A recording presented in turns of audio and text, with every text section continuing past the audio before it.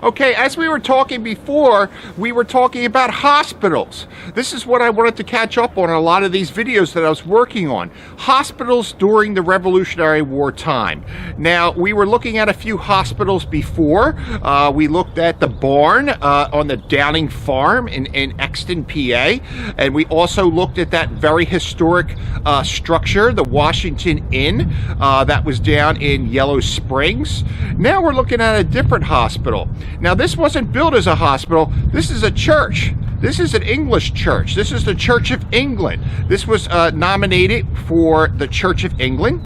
Now, the structure behind me, we're at the Peter in the Valley Church. Now, this is very historic. A lot of people know about this church. They know about the soldiers that are buried in this backyard, this yard here, this walled-in cemetery.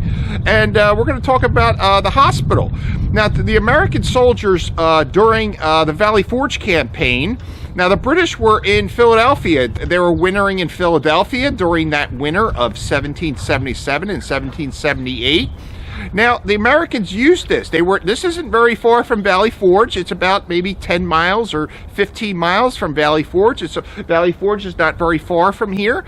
Now, when the soldiers in Valley Forge got sick, they used this. They used homes. They used bigger buildings in the area. A lot of the homes during this time were very small structures. They may have been 1 or 2 stories. But they had a family to worry about. They had things. They really couldn't take a lot of soldiers in, maybe 1 or 2.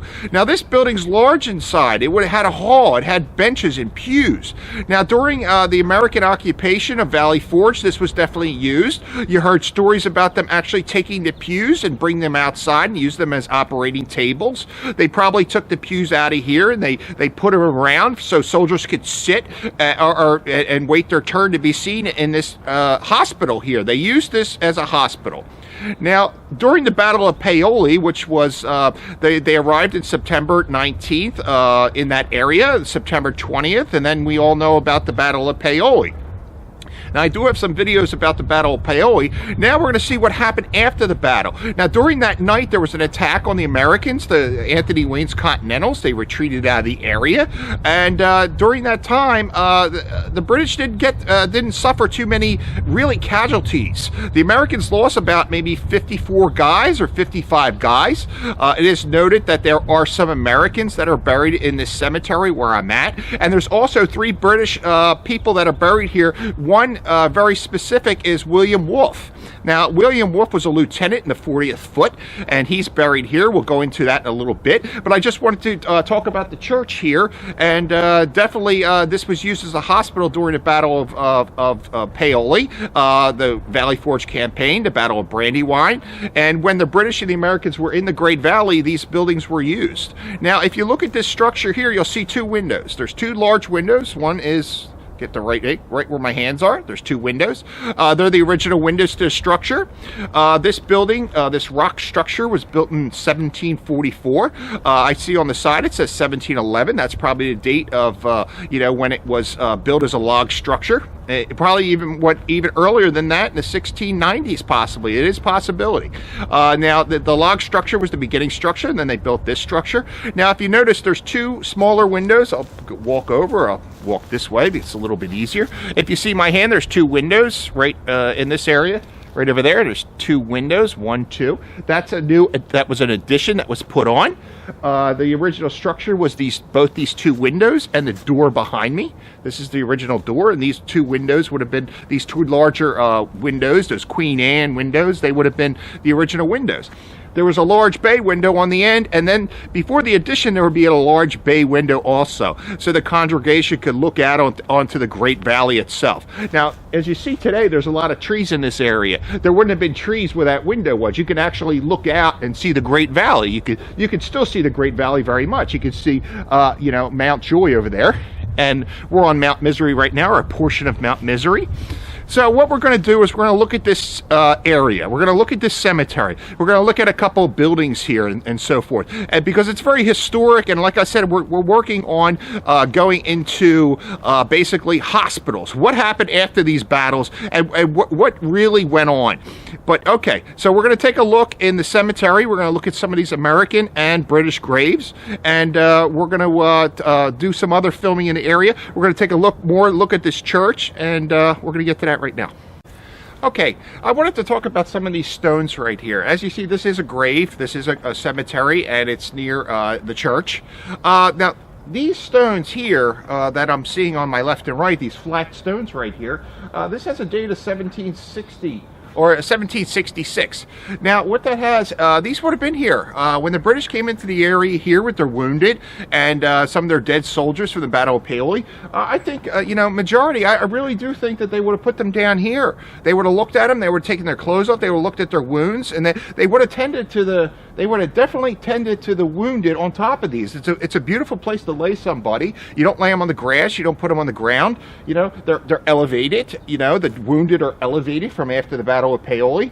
I just can see them laying here analyzing the wounds that these soldiers suffered. Now, there are soldiers that are buried in this cemetery. Now, we're going to take a look at that. We're going to look at who's here and how many soldiers were buried here and what the circumstances of them being buried was. But as you can see, you know, these stones, you could really get an idea that these were definitely here during that time frame of 1777.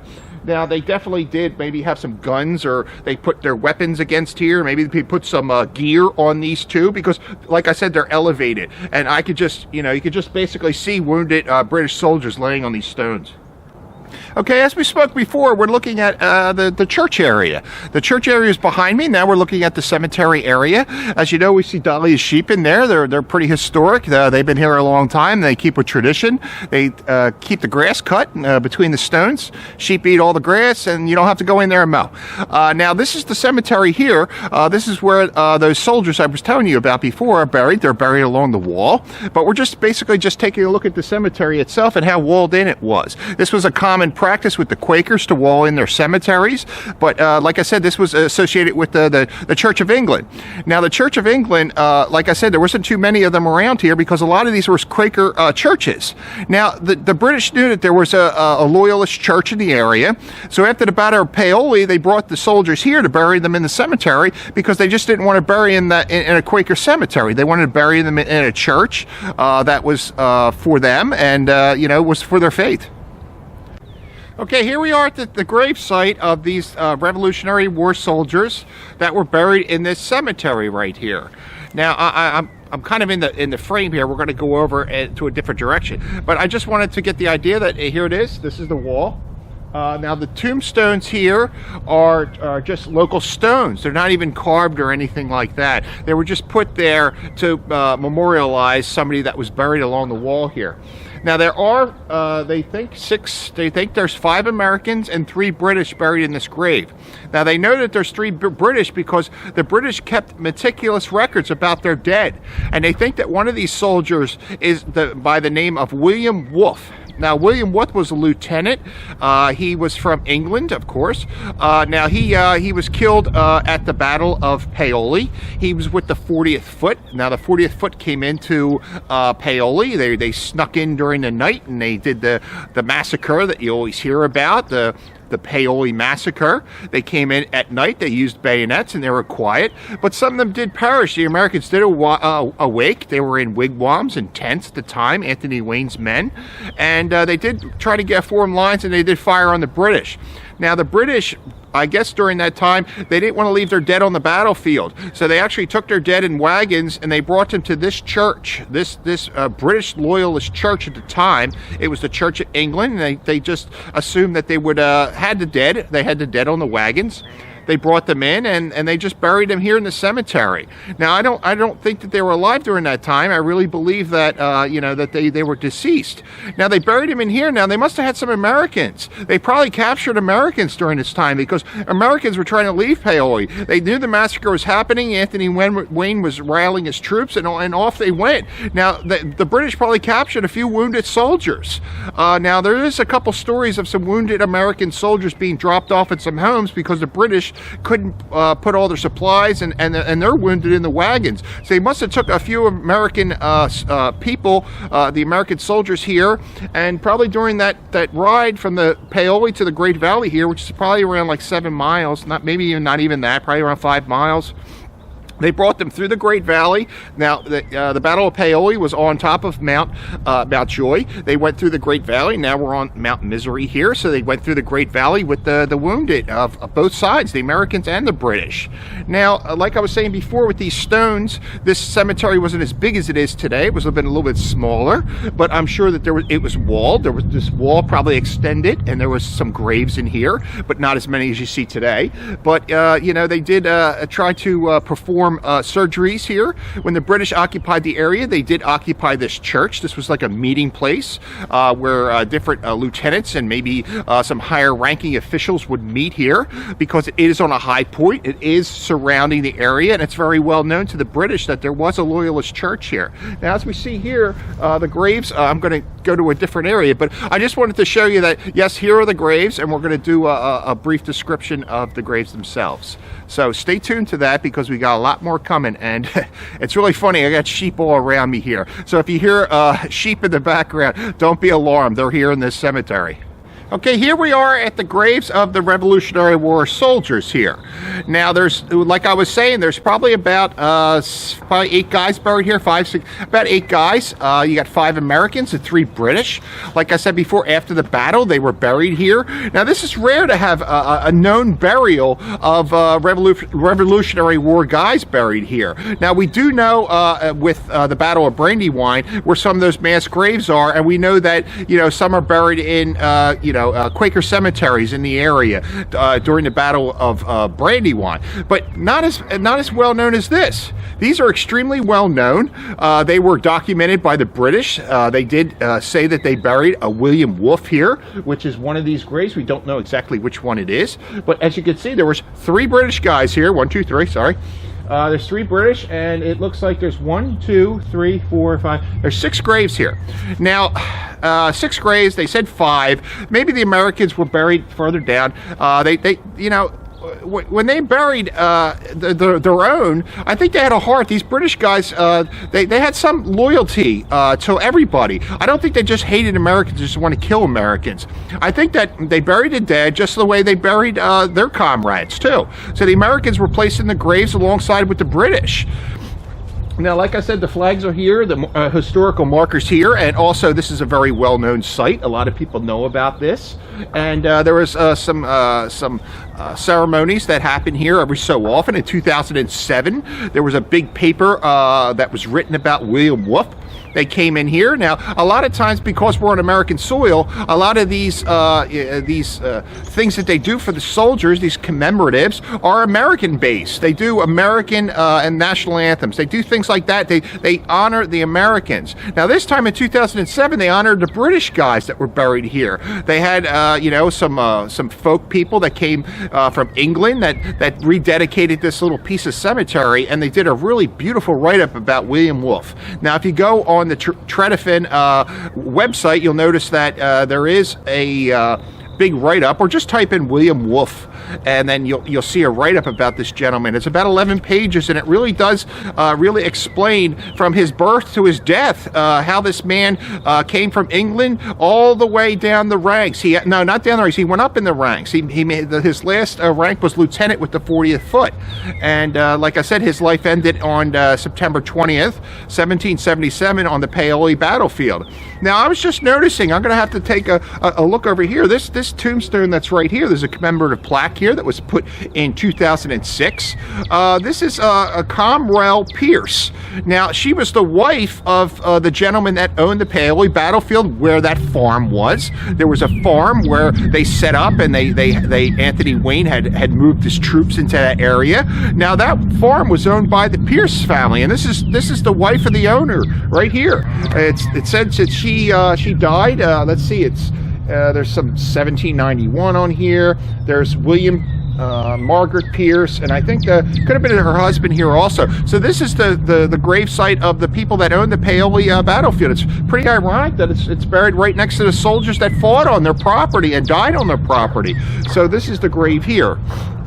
Now, I don't know if there's too much around here else to say, but like I said, I tried to go into a little bit of the hospital history. I don't want to go too much into the Paoli battlefield history because, you know, there are videos about that I made. But these are the things that I skipped. I skipped a lot of things, and I'm coming back to do them. I want you to just basically just take a look. I'll get out of the frame here, and you can actually see there's 1, 2, 3, 4, 5, 6 rocks. They're local stones.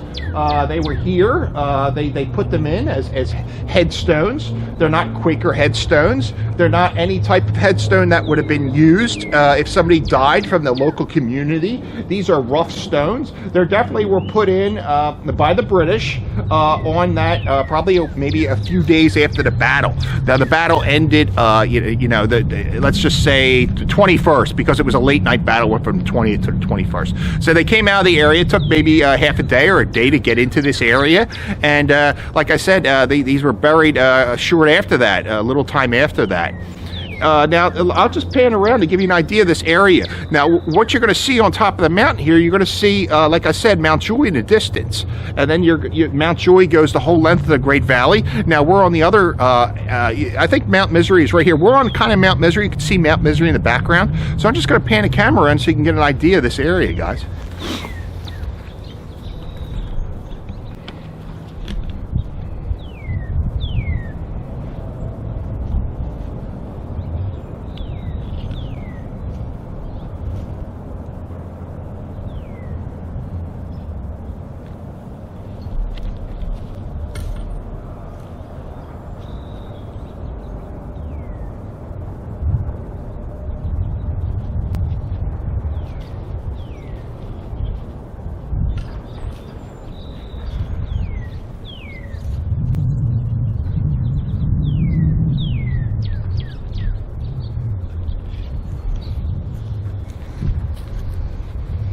And again, we end up at our meeting place here, where the cemetery is, the Revolutionary War cemetery is. Now, like I said before, during the Battle of Brandywine, they didn't have time to bury the guys like this in there. If they were near a Quaker meeting house or something like that, they would use it as a hospital, which we talked about before. There was Quaker meeting houses that were used as hospitals after the battle, and the Quakers always had a cemetery that was walled in. They would wall in their cemetery. Their stones were usually flat, or there was no stones at all, because Quakers were very plain people. They didn't believe in showiness. They didn't even need a tombstone. Even in Philadelphia, we went to a Quaker meeting house, and the stones were buried. They're actually put in the ground, and they put soil on top of them. Now, during an excavation, they were looking for yellow fever victims. They were digging some roadway to a meeting house in Philadelphia, and they came across a few of these tombstones buried underneath the ground. That's how plain Quakers were. Now, the English were a little bit more different. They had tombstones, and they marked graves where they buried their dead. So here it is. This is what I wanted to talk about. Here it is. This is the place of the resting place for these soldiers. There is British flags. There are American flags. But we don't know. It's really sad because we don't know who is who. Now, they probably were buried with full garb. They were probably buried with their 40-foot buttons, their uniforms, their boots, and everything else. So, like I said, if there was ever a ground-penetrating radar, maybe you can probably get an idea of the length and how deep these were buried. But, a lot of these Quaker meeting houses won't allow any ground-penetrating radar or anything like that into the property. So we'll probably never know who's buried here. But like I said, if you want to go online and look about that William Wolfe, there's a really good article about him. Now, I didn't get to read that. I was looking at it today, and it was a 12 page or 11 pages. So I'm going to run through that, and I'm probably going to do a video about William Wolfe himself, because this guy is so interesting. He has such an interesting history. Now, if you could have 11 pages of your life, I mean, a lot was written about this man. He definitely was an important individual. The 45th was a very big regiment. It was a very tough regiment. those guys were no nonsense, and they were definitely British regulars. They were regular troops. These weren't militia British. These weren't Hessian troops. These were hardened people that came from England that probably fought all around. They probably were in Boston. He probably saw a lot of America when he was here. Now, like I said, I'll do a video about William Wolfe in a little bit, but I really appreciate the time it took and everything here. I'm just trying to catch up on a few things, but I'm glad you just stuck by me, and there's just a few more videos I need to make, and we'll get back with William Wolfe in a little bit.